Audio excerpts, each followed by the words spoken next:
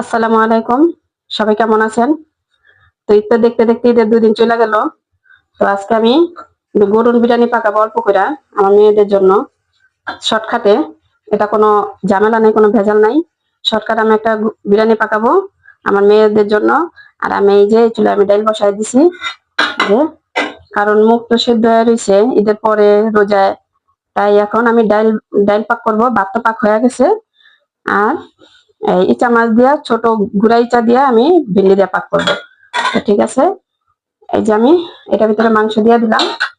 মাংসটা আমার কষানো হইব, দিয়ে দিলাম মাংস। মাংসটা কিন্তু আমি পরিষ্কার করে আমি রাখছিলাম ডিপে, মানে কালকে রাত্রে পাক করতে চাইছিলাম। তো কালকে রাত্রে ঘুরতে গেছিলাম, তাই আর পাক করি নাই। তো ওইভাবেই আমি পরিষ্কার করে আমি ডিপে রাখা দিছি। তো এই যে এই জন্য চাক হয়ে রয়েছে। আর এখানে কিন্তু আমি অনেক মশলা দিয়ে দিছি, যেমন এই যে দারচিনি দারচিনি এলাচি পেঁয়াজের সাথে আমি একবারে দিয়া ভাজা ভাজা করতেছি। আর টমেটো টমেটো তো আমি সবকিছুতে ব্যবহার করি, সেটা তো আপনাদের বলছি। মানে যেটা যায় ওইটা, আবার সবকিছুতে তো যাবে না, সবকিছুতে দেই না।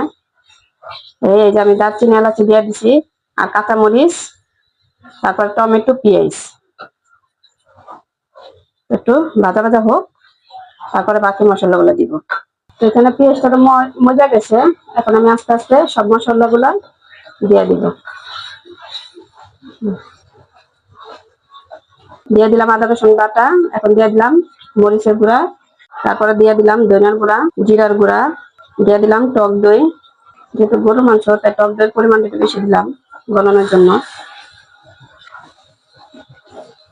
এখন দিব এই যে বিরিয়ানির মশলা বাটা, আর হলো পেঁয়াজ বাটা, আর এই যে বাদাম বাটা দিয়ে দিলাম। এরপর যে আমি একটু পানি দিয়া তারপর এটা কষাই। যে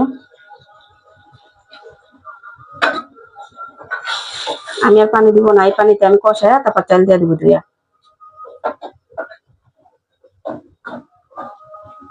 আমি রেডি করে সব আনি নাই, আমি দিতাছি আর আপনাদের দেখাচ্ছি। আর এই যে কাঁচামরিচ, এই যে লবণ। তো এটা আমি এখন ঢাইকা আমি কষাইতে থাকি, তারপরে কষানো হইলে আপনাদের দেখাবো। আসুন দেখি আমার গোষ্ঠটা কষানো হইলো কিনা। গোষ্ঠটা কিন্তু হইতেছে আমার।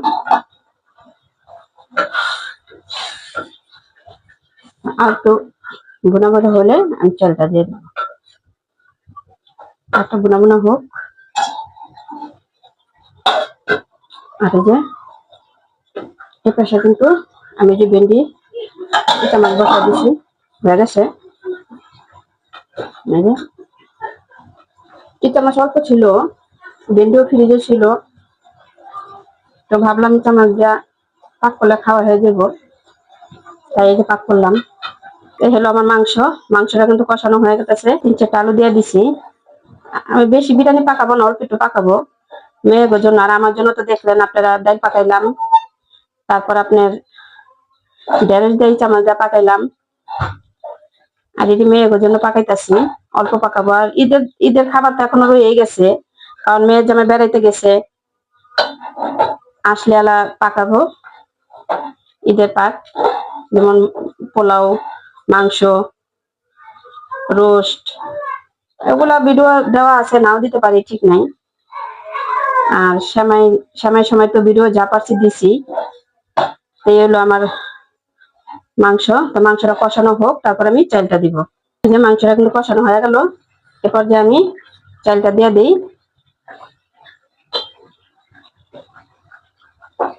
চালটা আমি ধুইয়া পানি ঝরাই নিছি, দিয়ে দিলাম চালটা।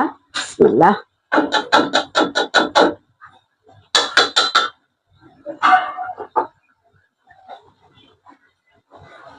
কার কে মনে ঈদ কাটলো কমেন্ট করবেন।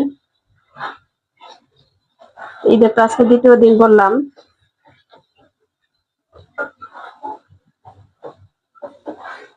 আজকে বিরিয়ানি মেয়ের জন্য পাকাইতাছি, আমি বারবার বলতাছি। আর মেয়ে জামাই বিয়া খেতে গেছে ওর আম্মা আব্বার সাথে কাপাসিয়া। তো ওরা আসলে তারপরে আমরা ঈদের পাক পাকাবো। মানে পরের ছেলে হয়েছে কি হয়েছে, ওই তো এখন আমার নিজের ছেলে, তো ওরে থুয়া তো খাওয়াটা ঠিক হবে না। আর ওই আমার হাতের রোস্ট পোলাও পছন্দ করে, তোরে রাইখা তো আমার খাইতে ইচ্ছা করলো না, এই জন্য আর পাকাইলাম না। তো মেয়ে ওইটা পাকাই দিলাম সান্ত্বনা পুরস্কার।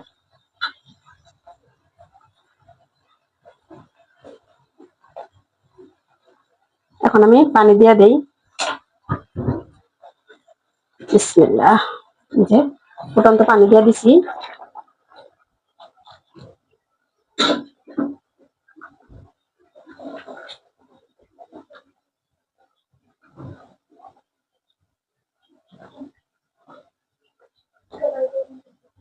আমার মেয়েও চলে যাব শ্বশুর বাসায়, কারণ অনেকদিন তো হইলো, নাতিরে 4 মাস করে দিলাম, এখন চলে যাইব। এখন যাক, দাদা দাদির তো আদর দরকার আছে, নানা নানির তো আদর পাইলো। ওরা বিয়া খায় আসলে তারপর আমার মেয়েরে নিতে আসবো। আমার মেয়েরও বলছিল যেতে, কিন্তু যায় নাই, ছোট বাচ্চা কেয়ার করতে পারে না, এই জন্য যায় নাই। এই জন্য ওরা ওরা গেছে, আর আসলে আমার মেয়েরে নিয়ে যাবো বাসায়। এটা একটু ঢাইকা দেই, বলকটা পুরোপুরি আসো। ঢাকনাটা নামায় দেখি কি অবস্থা।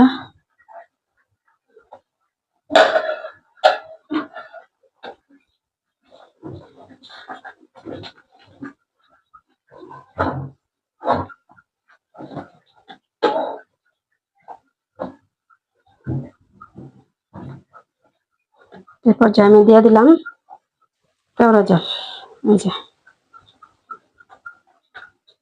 পরিমাণ মতন দিয়ে দিলাম। তারপরে দিয়ে দিলাম টেস্টিং সল্ট।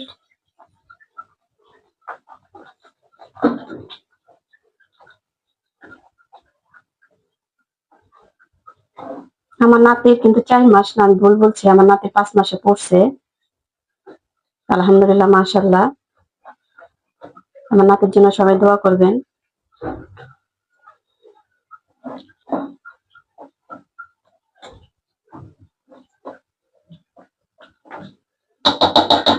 আর একটু পানিটা শুকাইলে আমি দমে দিয়ে দিব। এখন আরেকটা ঢাকা দিই আমি। এই যে বিরিয়ানিটা কিন্তু আমি দমে দিয়ে দিছি, তাওয়া দিয়ে দিছি নিচে। এরপর যে আমি আরেকটা উল্টানি দিই, দিয়ে তারপর আমি একদম ঢাকা রাখবো, আর উঠাবো না।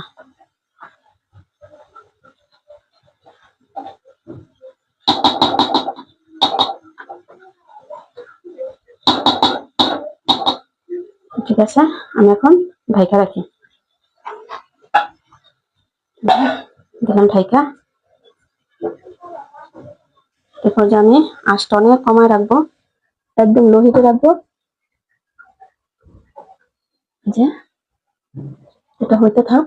এটা তো অনেকক্ষণ দমে আসছিল, এখন আমি দেখি কি অবস্থা হয়েছে।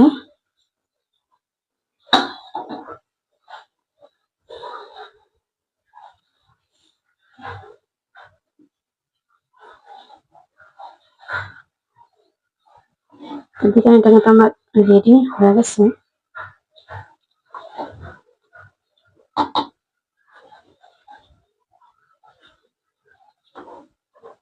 কার কার বিরিয়ানি খেতে ভালো লাগে, পছন্দ, কমেন্ট করবেন।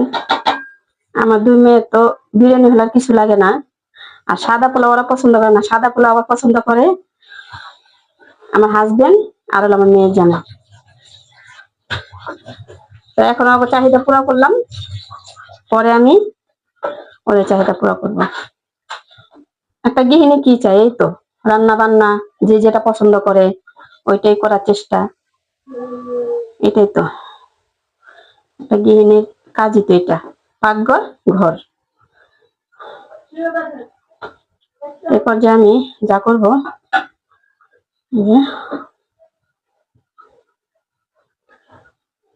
এই যে দিয়ে দিলাম ঘি, সামান্য দিলাম। পোলাওটা হয়ে গেছে, এখন ঘিটা দিয়ে দিলে ফ্লেভারটা থাকবে, আর প্রথমে দিলে ফ্লেভারটা থাকবে না। এই যে এখন তো আমার বিরিয়ানি রেডি, এখন ঢাকা রাখবো। ওরা যখন খাবে তখন আপনাদের আমি বাইরে দেখাবো। এই যে হলো আমার ঝটপট আমার মেয়ে মন রক্ষা করা বিরিয়ানি পাকাইলাম। আর আমি তো ডাল পাকাইছি দেখছেন। তারপরে ঢেঁড়স দিয়ে ইচা মাছ দিয়া, ওইটা আমার ফেভারিট খাবার। আর এটা হচ্ছে আমার 2 মেয়ের। তো এখন ওরা খাবে। আর আমি কিন্তু ভাত খেয়ে ফেলছি অলরেডি, কারণ ভেন্ডি আমার পছন্দের একটা জিনিস। আর এখন তো রোজা থাইকা ওই মিষ্টি জিনিস খায় তো আমার মুখই হয়ে গেছে। তো আমি খায় ফেলাইছি, এখন মেয়েরা খাবে। তো এই যে আমার বিরিয়ানিটা কেমন হলো জানাবেন। ঝটপট রেসিপি দেখাইলাম গরুর বিরিয়ানি। তো সবাই ভালো থাকবেন, সুস্থ থাকবেন। আল্লাহ হাফেজ।